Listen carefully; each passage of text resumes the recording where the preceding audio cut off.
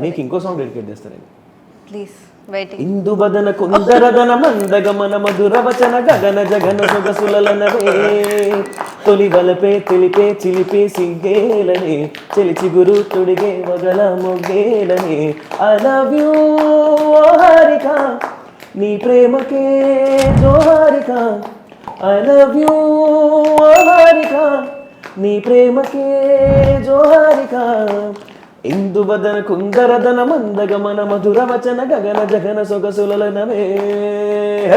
చూసారా ఏ పాటకి రాని ఎనర్జీ ఈ పాటకు వచ్చింది, అలా ఉంటుంది.